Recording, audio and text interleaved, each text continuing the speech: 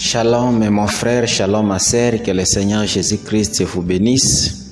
Et je crois que ce message vous trouve en très bonne santé physique et spirituelle. Et si tel n'est pas le cas, que ce message, ce témoignage que je vous apporte aujourd'hui puisse vous donner la bonne santé physique et spirituelle. Si vous étiez malade, que ça vous apporte la guérison. Si vous avez des problèmes, que ça vous apporte la solution. Si vous étiez lié, bloqué quelque part, que ça vous apporte la délivrance au nom du Seigneur Jésus-Christ.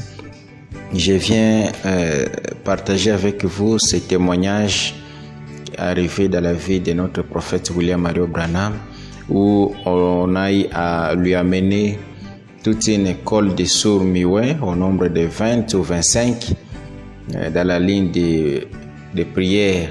Alors, par la grâce de Dieu, là, il a prié pour ces sourds et ils étaient tous rétablis. Avant que je puisse vous lire ce témoignage, remettons-nous entre les mains du Seigneur. Éternel Dieu Tout-Puissant, Créateur des cieux et la terre, toi, le Dieu qui ne change pas, c'est toi qui nous as donné ces moments merveilleux pour partager avec mes frères, mes sœurs, ce témoignage arrivé à notre temps.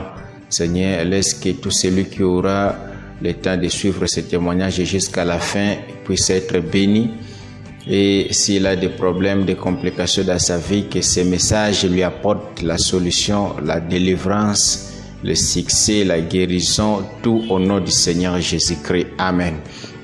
Les témoignages que je partage avec vous se trouvent dans la prédication de notre prophète, les enfants dans le désert, prêché le 23 novembre 1947. Je commence du paragraphe 8 et je descends. L'autre soir, on a amené l'école de Miwe. On a amené un enfant de l'école de Miwe.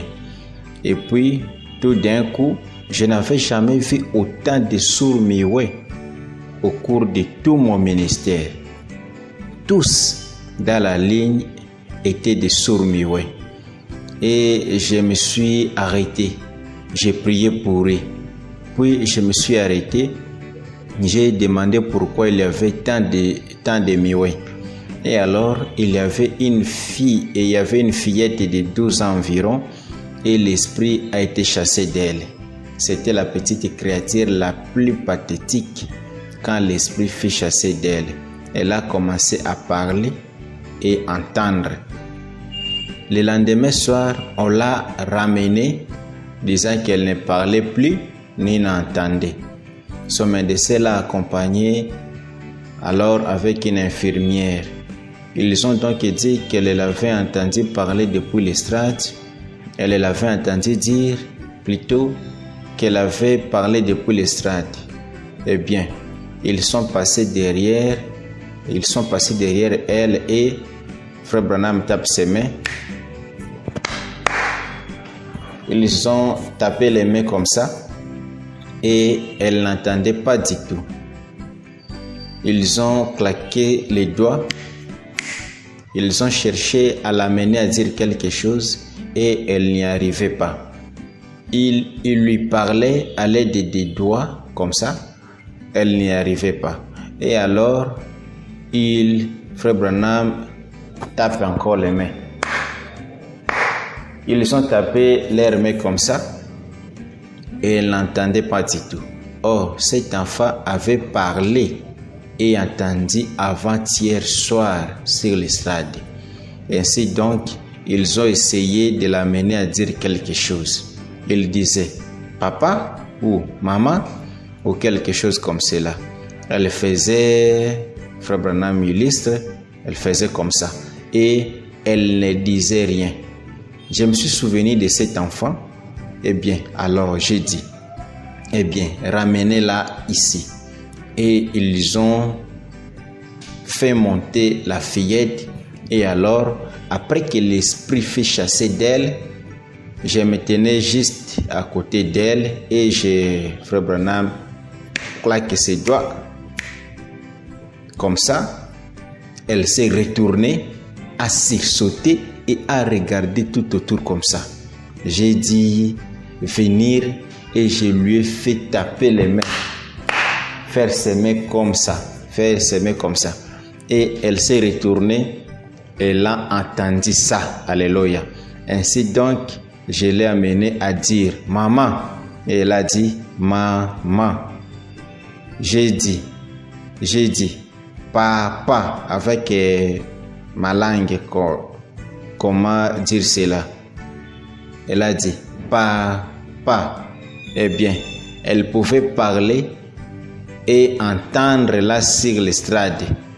Et je l'ai ramené donc parler. J'ai dit, eh bien, c'est exactement comme la conversion. Vous pouvez être chrétien ce soir et pécheur demain. Vous pouvez croire et vous attacher à Dieu et croire cela de tout votre cœur. Eh bien, j'ai alors demandé pourquoi il y avait tant de sourds-muets. Et on avait amené une fillette là de 7 ans environ qui était née sourde-muette. Et elle parlait et entendait. Il y avait une grande école de sourds-muets juste là à Oregon. J'étais juste à côté d'elle et c'était donc cela. Ils ont fait venir tous leurs sourds-muets à partir de cette fillette-là. Et cette dernière a manqué de conserver la sienne et on l'a ramenée. Je pense donc qu'il y avait quelque chose comme 20 ou 25 cas de sourds-muets qui avaient été guéris la semaine passée. Ils ont définitivement parlé et entendu sur l'estrade. Amen. Mais alors, je ne les ai pas pris et tous.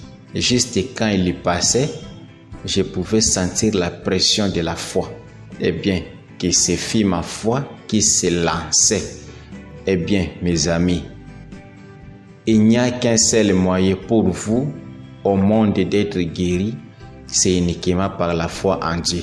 Bon, peu importe à quel point Dieu peut me permettre, par ma propre foi, d'ôter un esprit de vous, si vous ne partez pas avec la foi en Dieu pour servir Dieu et lui faire confiance, cela reviendra directement sur vous.